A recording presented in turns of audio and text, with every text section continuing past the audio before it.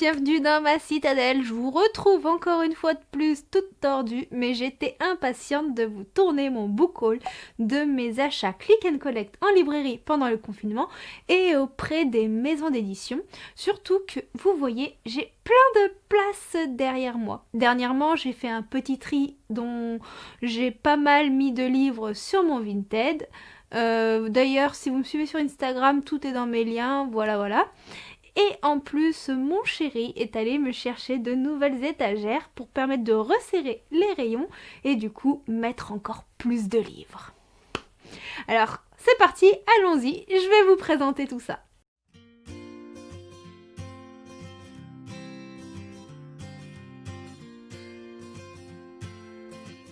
J'ai acquis une romance qui me faisait de l'œil depuis un petit moment. C'est l'Antilune de miel de chez Hugo New Romance de Christina Lauren, qui est un duo d'auteurs américaines dont j'aime beaucoup la plume, et il paraît que c'est l'histoire de deux personnages qui se détestent. Enfin, je vous dis les résumés, mais j'en suis même pas sûre parce que je les ai même pas regardés, je vous avoue. Je les ai lus il y a longtemps et du coup c'est des bribes qui me restent en mémoire. Et ces personnes qui se détestent, elles vont devoir partir en lune de miel ensemble suite à un mariage qui a capoté, d'après mes souvenirs, mais je vous garantis vraiment pas le résumé parce que je ne suis vraiment pas sûre de moi. Donc, tout ce que je sais, c'est que c'est romantique. Il y a de la romance du coup, c'est drôle, et puis c'est un duo d'autrices que j'apprécie, donc je ne peux qu'aimer. Suite au live de Noël effectué sur la chaîne Twitch Le Moulin à Parole de Sébastien Moulin auteur, j'ai craqué pour le pack de Noël, Les Arcanes d'Emera.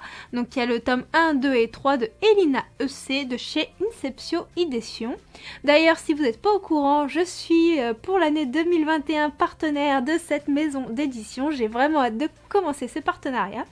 Et du coup, Les Arcanes d'Emera, ils avaient une offre de Noël avec un pack où les tarifs valaient vraiment le coup.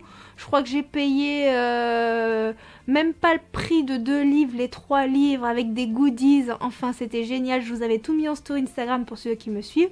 Et Manon de la chaîne Vibration Littéraire, dont je vous mettrai le lien en description, en a tellement bien parlé que ça m'a fait très envie. Et apparemment, ça parle vraiment de la vie après la mort. J'en sais pas plus. Elle en avait parlé aussi dans le live de Noël qui est en rediffusion sur YouTube. Je vous mettrai le lien en barre d'infos, comme ça vous aurez vraiment toutes les informations sur cette saga et sur certains livres mentionnés qui m'ont fait craquer lors de ce live. Même si je faisais partie des personnes présentes pour parler lecture, pour présenter des livres, mes collègues chroniqueuses m'ont aussi fait craquer sur leurs propres histoires. Donc comme vous pouvez le voir, en plus les couvertures sont vraiment sublimes et j'ai vraiment hâte de connaître cette trilogie. Enfin, je dis trilogie, mais il y a un 4e tome qui va pas tarder à sortir, donc il faut vite que je me mette à jour. Maintenant, je vais passer à un tout autre genre de lecture. C'est Love Memories. Donc il y a le tome 1 et le tome 2 que j'ai commandé chez Black Ink Edition de Angel Harking. Et donc c'était une saga plutôt une duologie que je surveillais depuis un petit moment parce qu'elle était sortie en numérique et moi je la voulais absolument en format papier. Parce que même si je lis en numérique, le papier reste toujours le format le plus cher à mon cœur et ce que je préfère. Et donc j'ai vraiment craqué. Je sais qu'Angel Harking a une plume envoûtante et là nous sommes dans une histoire de Step Brother. Je ne pourrais pas vous en dire plus puisque comme je vous ai dit, je n'ai pas relu les résumés depuis que j'ai craqué sur ces livres, je ne les connais pas par cœur, mais moi j'aime beaucoup les romances Step Brother et je sais que souvent les livres de la maison d'édition Black Ink sortent un peu de l'ordinaire, donc je m'attends à voir quelque chose que je ne vois pas forcément habituellement dans ce type de romance. Et j'ai hâte de vous en reparler. Je pense qu'ils seront assez vite lus puisque vous voyez les 2 tomes ne sont pas très épais. Je n'ai pas fait dans l'originalité car j'ai craqué pour la sublime édition hardback Le Royaume assassiné d'Alexandra Christos des éditions de Saxus, qui ont fait un travail éditorial juste sublime sur la couverture, même à l'intérieur. Je peux vous montrer vite fait, la mise au point se fait bien, enfin la qualité de la mise en page est magnifique. Il y a des cartes, il y a des graphismes, enfin c'est juste magnifique. Et donc là, nous sommes dans une réécriture de La Petite Sirène, une réécriture un peu plus sanglante. Je vous en ai déjà parlé plein de fois sur la chaîne. Donc j'avais précommandé ce livre bien avant le confinement et je l'attendais avec beaucoup d'impatience. Et donc là, en fait, nous allons suivre une sirène qui collectionne des cœurs, mais un jour, eh ben, elle va tuer quelqu'un qu'il faut pas et c'est sa mère qui va la priver de sa voix.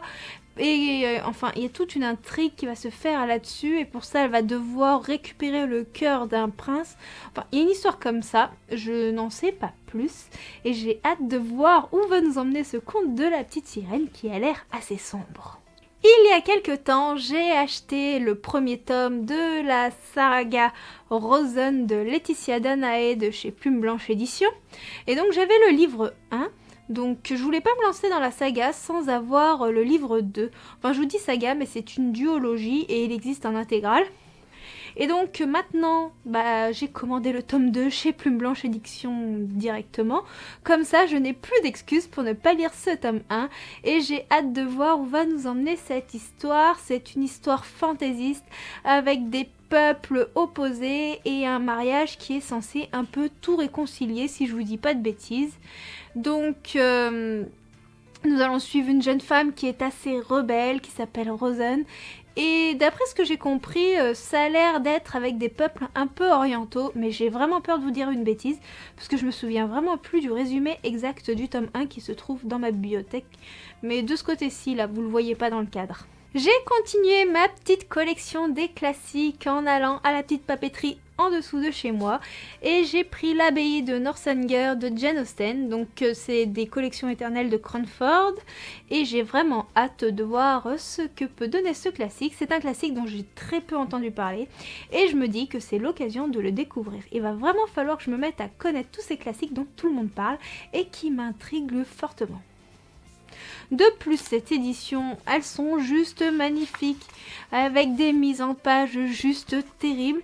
Après, je sais que beaucoup m'ont dit qu'il y avait un petit problème de traduction, mais c'est puisque c'est une traduction faite d'époque, avec un langage d'époque. J'espère que ça ne me gênera pas à la lecture. Je vous en dirai plus quand j'aurai attaqué la collection éternelle, qui est juste là, en bas, là, derrière moi.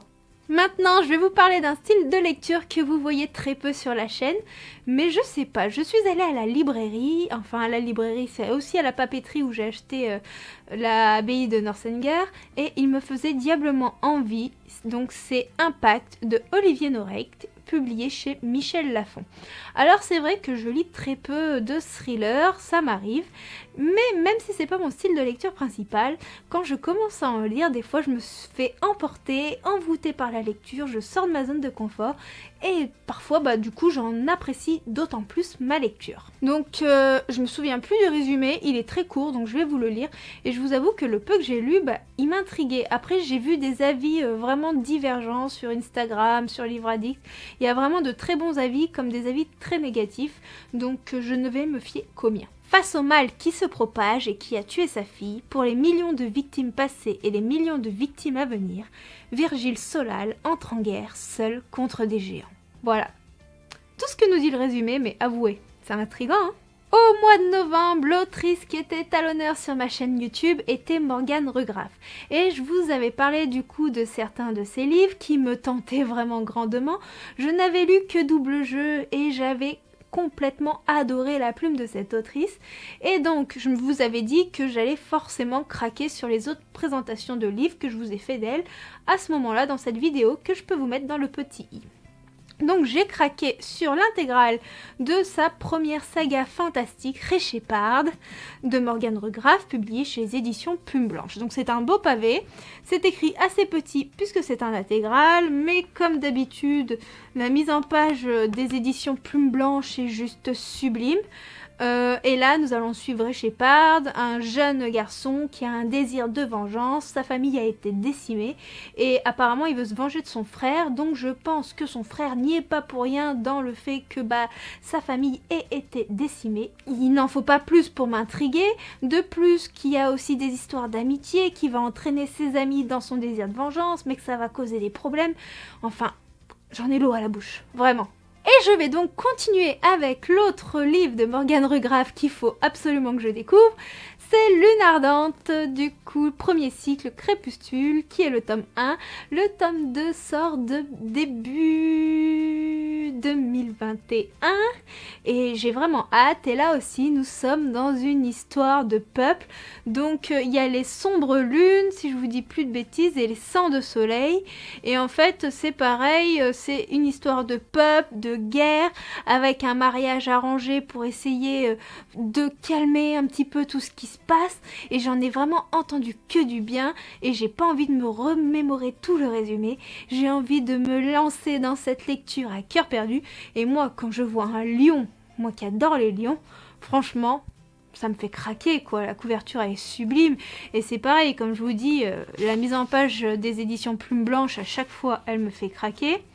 Donc là vous voyez ça, c'est le début de chapitre et là sur les en-têtes de page vous voyez en plus on a des graphismes et d'un livre à l'autre dans cette maison d'édition les graphismes ne sont pas les mêmes, ils sont vraiment personnalisés en fonction de l'œuvre de l'auteur et je trouve ça juste génial. Le dernier roman de ce book haul avant de passer à tout ce qui est lecture graphique, c'est un livre que j'ai acheté d'occasion sur Vinted.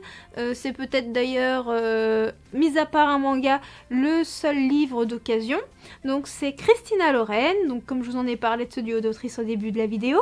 Et c'est hanté, mais cette fois-ci c'est de la collection New Way de chez Hugo. Et donc je me souviens vraiment plus de quoi parle le résumé de ce livre.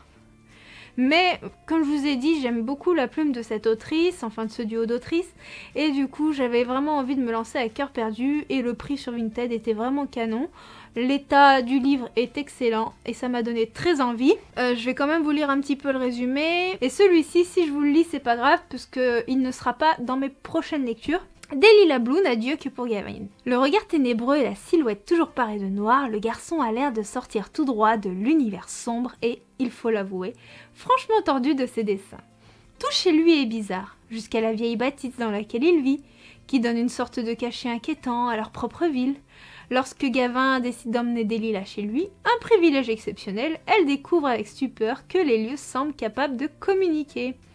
Cheminée par l'exemple, allume sur demande son propre feu, Lee s'agrandit selon les exigences de Gavin, et Piano lui a appris à jouer lorsqu'il était petit. Très vite, Delilah va comprendre que ce qui vit ici n'est pas humain. Et à quel prix étrange gagnera-t-elle le droit d'aimer le propriétaire de ces lieux tourmentés? Donc moi je pense que je ne le lirai pas cet hiver. Je sais pas si je le lirai à l'automne, au printemps, parce que généralement je m'impose pas forcément une période pour le lire, mais je pense que c'est vraiment une lecture parfaite pour Halloween. Et c'est parti, nous allons passer aux lectures graphiques, car c'est ce qui me tente le plus en ce moment. D'ailleurs, il y en a plusieurs que je vous ai présentés dans ma pile à lire de ce mois-ci, car oui, je vais vite sauter dessus et elles ne vont pas faire un pli. Il y a le tome 3 de Hiruma, l'école des démons d'Osamunishi. J'ai hâte de finir, de continuer l'histoire de notre jeune mortel dans cette école de démons, de voir comment il va surpasser tout ce qui se passe dans cette école, comment il va s'en sortir. Enfin, j'ai vraiment hâte de voir tout ce que ça va donner et plus les événements avancent, plus je me dis que tout ce qui se passe, c'est vraiment... Je sais pas comment vous expliquer sans vous spoiler, mais il s'en sort toujours d'une main de maître, alors que, des démons à un humain, niveau pouvoir magique, sans se faire découvrir, c'est quand même pas facile. Enfin bref, vous en ai déjà parlé de multiples fois, je vais pas m'attarder sur le sujet, mais... j'ai hâte de continuer ce manga qui est à mourir de rire, qui est réconfortant et plein de belles valeurs. J'ai aussi acquis en click and collect Magus of the Library de Mitsuizumi, le tome 4, publié chez Kiun. Et comment vous dire que j'ai hâte de voir l'avancement de notre personnage principal, Sio, voir comment il va s'en sortir, voir comment il va tout faire et continuer à mettre en œuvre tout ce qu'il fait déjà pour réaliser son rêve d'être Kahuna. Bref, je ne vous en dis pas plus pour ne pas vous spoiler.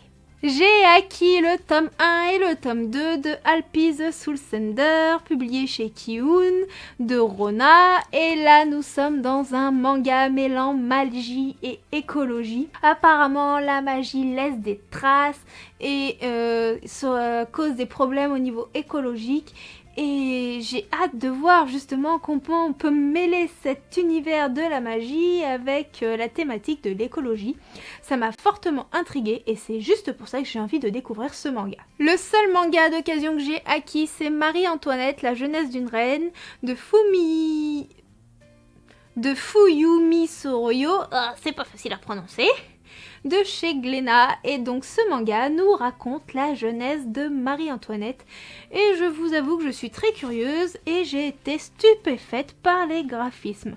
Alors j'aime bien vous faire des plans pour vous montrer les graphismes pendant les book hauls en temps normal, mais là c'est assez compliqué pour moi de vous filmer cela en ce moment avec mon problème de cervicale d'épaule et j'ai pas envie d'embêter mon chéri qui m'aide déjà énormément pour faire les plans. Donc j'espère que ce format vous conviendra pour que vous vous rendiez compte un petit peu du graphisme. Promis, dès que je suis en état, je vous refais un format graphique un peu plus agréable pour vous montrer les graphismes de toutes ces lectures. Et donc je suis très curieuse de voir comment l'historique va se mêler à un manga. Et Marie-Antoinette est une reine qui m'intrigue fortement. Et je vous avoue avoir souvent dormi pendant les cours d'histoire au lycée, donc même au collège, donc... des rappels ne peuvent pas faire de mal. Et le dernier manga de ce book haul, c'est le tome 3 des Chroniques d'Aspharéo de Shiki Chikos, publié chez les éditions Akata. J'ai beaucoup apprécié les 2 premiers tomes dont je vous ai déjà parlé dans des updates lecture, donc je ne développerai pas pour éviter les spoils. Mais j'ai hâte de voir comment va évoluer notre prêtresse, comment va évoluer notre dragon et voir tout ce qu'on peut encore apprendre dans le royaume d'Aspharéo. Voilà, c'est tout pour ce book haul. Je vous avoue que j'ai encore d'autres achats que j'avais commandés en click and collect à la librairie. Ils sont pas encore arrivés, mais j'avais envie de ranger tous ces livres dans ma bibliothèque puisque j'avais une pile énorme qui traînait dans un coin. Et puis j'étais très curieuse de voir ce que ça allait donner. Et je me suis dit que ça faisait déjà pas mal de livres à vous présenter. Les vidéos trop longues, je sais que c'est pas forcément toujours très agréable à regarder. Donc je voulais pas non plus que ce soit infernal pour vous. J'espère que cette vidéo vous aura plu. Comme d'habitude, je vous mettrai la liste des livres mentionnés dans la description. Comme ça, si vous voulez plus ample renseignement, ce sera possible de les chercher ou de les commander, que ce soit sur les sites que vous voulez, dans les librairies, enfin, je n'impose rien à personne. Chacun fait comme il veut. Je vous souhaite d'agréables lectures. N'hésitez pas, vous, à me parler de vos derniers achats, des livres qui vous tentent, de vos dernières lectures. Enfin, j'ai vraiment hâte de vous lire dans l'espace des commentaires. Je vous fais des gros bisous. Je vous dis à bientôt. Ciao, ciao!